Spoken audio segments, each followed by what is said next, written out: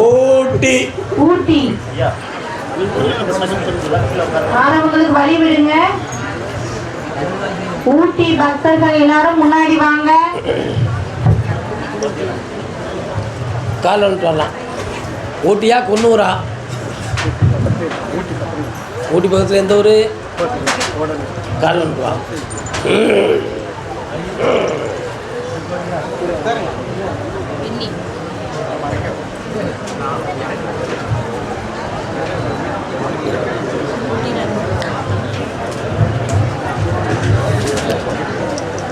Children's பார்க்கில் இருந்து சுற்றுலா போகும்போது ரைட் சைடில் போனேன். உங்கள் எஸ்டேட் வருது சரியா? அங்கேருந்து இடது பக்கம் பார்த்தேன், தொட்டப்பட்டா சிகரம் தெரியுது. தெரியுமா? கால் வந்துட்டாங்க. இதெல்லாம் சொல்லணுன்னா சரித்திரம் படிச்சிருக்கணியா?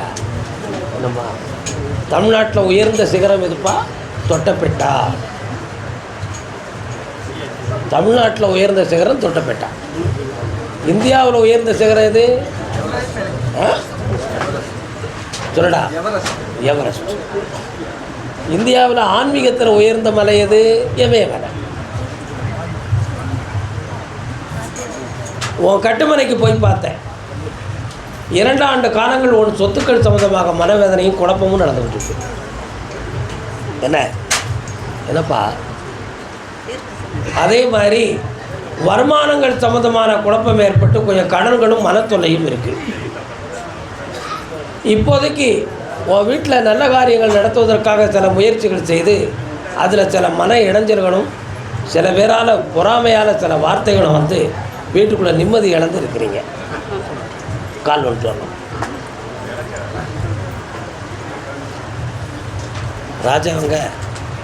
ராஜா உட்கார ஒரு இடத்துல உட்காரண்டா. உட்கார கிழக்க பார்க்க உட்காரு. அப்படியா? அதனால் இந்த பிரச்சனைகளை முடித்து வெற்றியாக வர வைக்க வேறு என்னப்பா வேணும்? அங்கே உன் எல்லையில் நான் கருப்புசாமி இருக்கேனே. போகிற வழியில் இடது பக்கத்தில் ஒரு பள்ளத்துக்குள்ளே இருக்கும். சரிண்ணா? அதையெல்லாம் தாண்டி போனால் முனீஸ்வரன் ஒரு சாமி வருவார். மாரியம்மன் ஒரு ஆத்தா வருவா. அது பக்கத்தில் கொஞ்சம் சாப்பிடக்கூடிய பார்க்கிங் ஹோட்டல் இருக்கும். இருக்கா? அந்த ஹோட்டலை தாண்டி 1.5 கிலோமீட்டருக்குள்ளே தான் அங்கே போயிட்டுருக்கும். இப்போலாம் அந்த ஹோட்டலை எடுத்துட்டாங்களா? அப்போது இடது புறத்தில் இருக்குது. சரி, வேறு என்ன வேணும் உங்களுக்கு? இந்த அப்படி கடனை தீர்த்து தரேன், வெற்றியாகி தரேன். உனக்கு ஒரு லாட்ரி சீட்டு விடும். கேரளத்தை சார்ந்த லாட்ரி சீட்டு. உன் பிள்ளைகளுடைய படிப்பை உருவாக்கி கவர்மெண்ட் போஸ்ட் கொடுத்தாரேன். அதே ஊட்டி எல்லை. நீங்கள் ஊட்டியாக போய் சொல்கிறீங்களே, நீ ஊட்டி கிடையாது. 1 2 3 4 5 6 7 ஊட்டி யாருப்பா? கால் விட்டுவா.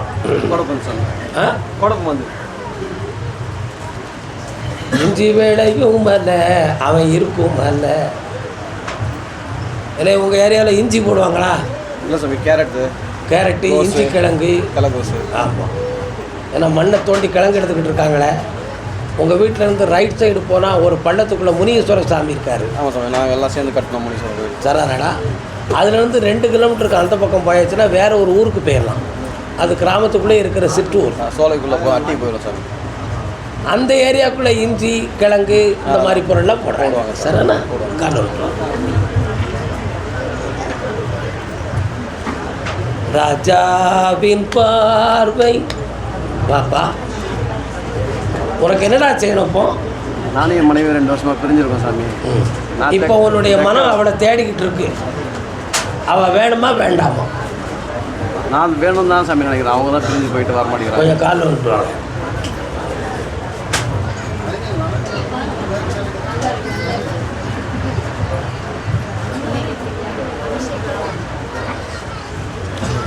உன் பொண்டாட்டியுடைய மனசை பார்த்தேன்.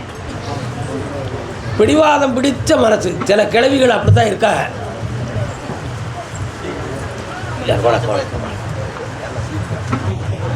அவள் பிடிவாதத்திலேருந்து மாறுவாளான்னு பார்த்தேன். உன்கிட்டருந்து செட்டில்மெண்ட் வாங்கணும்னு நினைக்கிறாளே தவிர வாழணும்னு அவள் நினைக்கல. பிள்ளைங்களையும் பிரித்து வச்சுக்கிட்டு காட்ட மாட்டேங்கிறாங்க சாமி.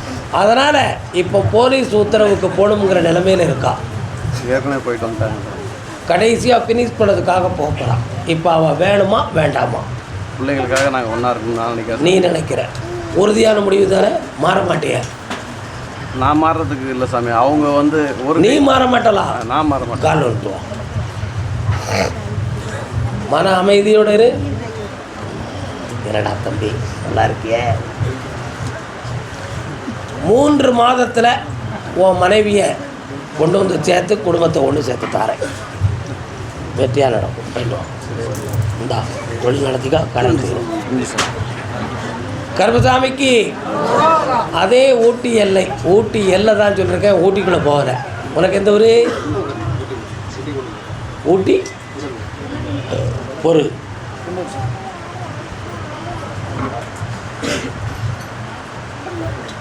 ஊட்டியை தாண்டி போகக்கூடிய கூடலூர். அப்படி தானடா? ஊட்டியை தாண்டி போகக்கூடிய கூடலூர் தானே? ஊட்டியிலேருந்து 47 கிலோமீட்டர் இருக்குமா? கால் வந்துட்டு. நீங்கள் சொல்கிறது ஊட்டி மெயின்லேருந்து 52. நான் சொல்கிறது ஊட்டியினுடைய லாஸ்ட் எல்லை. ரயில் நிற்கிற இடத்துலேருந்து அந்த கூடலூருக்கு 47 கிலோமீட்டர். கால் வந்துட்டுவோம். வெங்கடேசங்க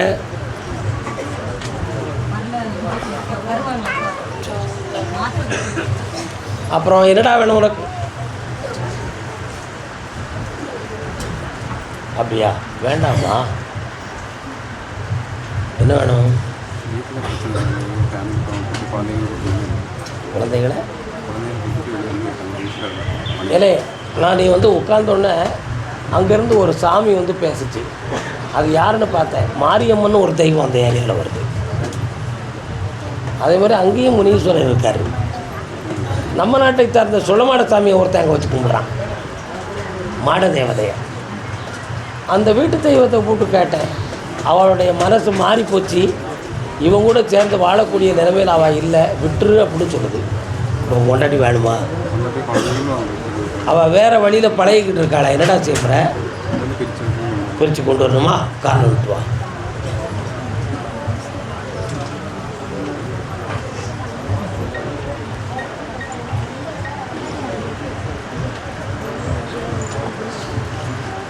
அப்பப்போ நான் ஃபோன் கால் பண்ணிக்கிடுவேன். நீ கண்டுக்கிடக்கூடாதுடா. என்ன புரியுதா? உன் மண்டையில் ஏறலையா?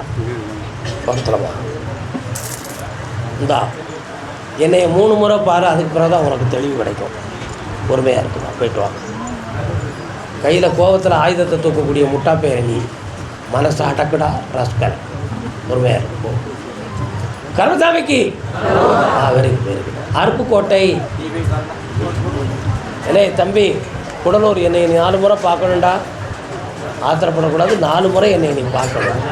அதுக்காண்டி ஒரே நாளில் காலை, மதியம், மாலை, இரவு அப்படி பார்த்துறாங்க.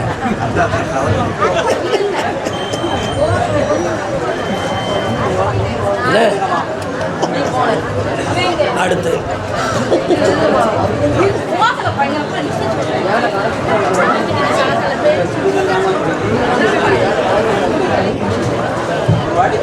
அமைதியா இருந்து கொஞ்சம்.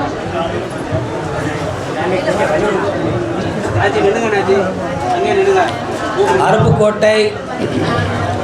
தாயும் மகனும் காலம் சொல்லலாம். நீ இருந்தால் என் மாளிகை விழ தெரியும். ஏ ராஜா உட்காருடே.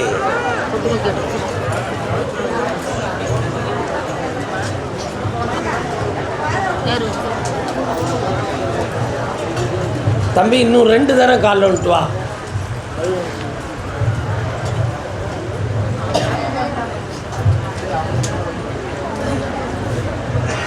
அப்படி கிளக்காம உட்காரு. ராஜாலாம் கிளக்காம தான் உட்காரு.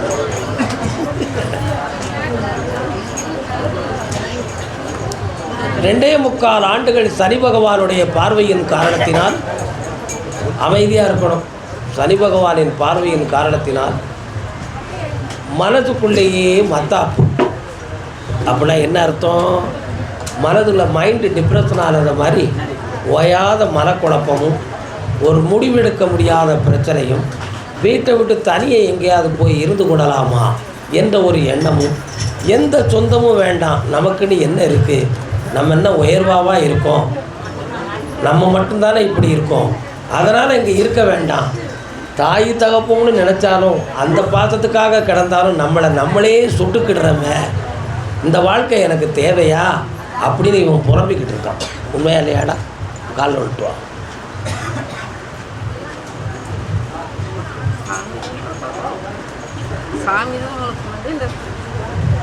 அதனால் இந்த நிலைமை நீடித்தால் சைக்காட்டிக்ஸ் மாத்திரை சாப்பிட வேண்டிய நிலைமையில கூட விட்டுரும். அந்த மாத்திரையவே ஜெயிச்சு நீ தூங்க மாட்டேங்கியடா. அந்த மாத்திரையே தோற்று போயிடுத உங்ககிட்ட என்ன. அதனால் இவன் என்னை 7 முறை சந்திக்கணும். 7வது முறை சந்திக்கும் பொழுது எந்த மனக்குழப்பமும் இல்லாத செல்வ மகனாக இருப்பான். மெல்ல மெல்ல சரியாக்கி அவனுக்கு சுயமான ஒரு வருமானத்தை உருவாக்கி நிலையான குடும்ப வாழ்க்கையில் இணைத்த பாசத்தையும் கொடுத்து பற்றுடன் வாழ வைக்கிறேன். போதுங்களா? காலில் விட்டுவாங்க. முதல்ல பெற்றோர்கள் ரொம்ப டென்ஷன் பண்ணக்கூடாது. ஏண்டா இப்படி இருக்க, அப்படி செய்யடா, இப்படி செய்யடா, இப்படி சொல்லியே மண்டையை குழப்பி பக்கத்தில் வா. என்னை ஒவ்வொரு நாளும் பிரார்த்தனை செஞ்சுக்கா. நீ 3 இடத்துல பணம் கொடுத்துருக்க, அதில் ஒருத்தன் பணம் தந்துடுவான். அடுத்து உள்ள 2 பேர்கிட்ட பணம் அங்கே அந்த பணம்னு சொன்னோன்னே வர வைக்க பொறுத்துக்கா. போ பணம் பொறுமையாக தான் வர வைக்க முடியும். என்கிட்ட கேட்டுட்டு கொடுக்கல, உங்கள் இஷ்டத்துக்கு கொடுத்துட்டியே, இப்போ ஏன் இஷ்டத்துக்கு வேணும்க்கிய. பொறுமையாக இருக்க வாங்கித்தாரேன். அடுத்து பேசுவோம்.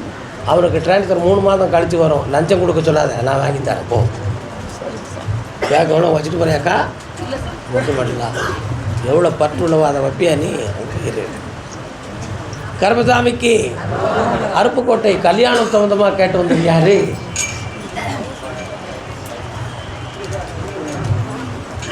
யாருக்கு கல்யாணம் முடிக்கணும்? கெட்டிக்காரன் பொறுக்காவன் காலில் விட்டுவாங்க.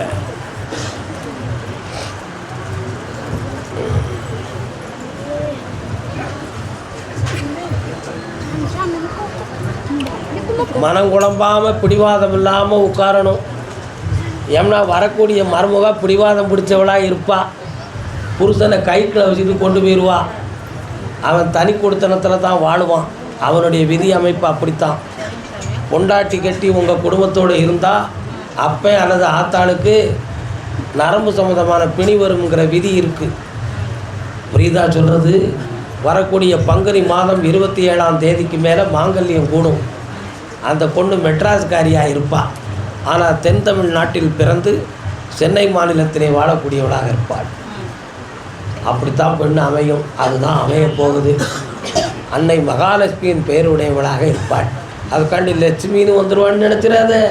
அவளுக்கு 1008 திருடாமல் இருக்குது. அந்த பேருடையவளாக இருப்பாள்.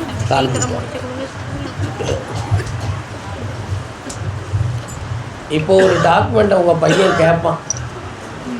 ஒரு டாக்குமெண்ட்டை கேட்பான். அது ஏன் எதுக்குன்னு சொன்னால் நீ வருத்தப்படுவேன். கால் ஓட்டுவா.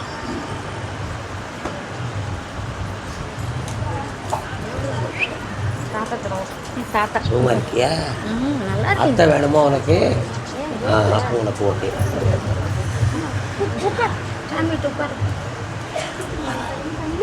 பிள்ளை பொம்பளை பிள்ளை பிறப்பான் அவனுக்கு. 2வது பிள்ளை ஆம்பளை பைய பிறப்பான். பாலாஜின்னு பேர் வச்சுக்கோ. சரி சரி.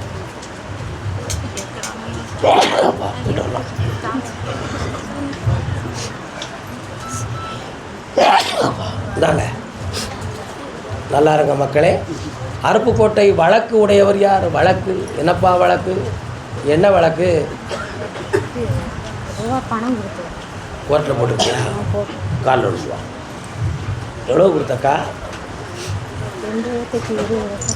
20 லட்சம் கொடுத்துருக்கியா? பரவாயில்லையே. ஏழை மாதிரி காட்சி அடித்தாலும் பேவுள்ள 20 லட்சம் கொடுத்துருக்க. ஐயா காலில் விட்டுவா. உனக்கு முடியுமா?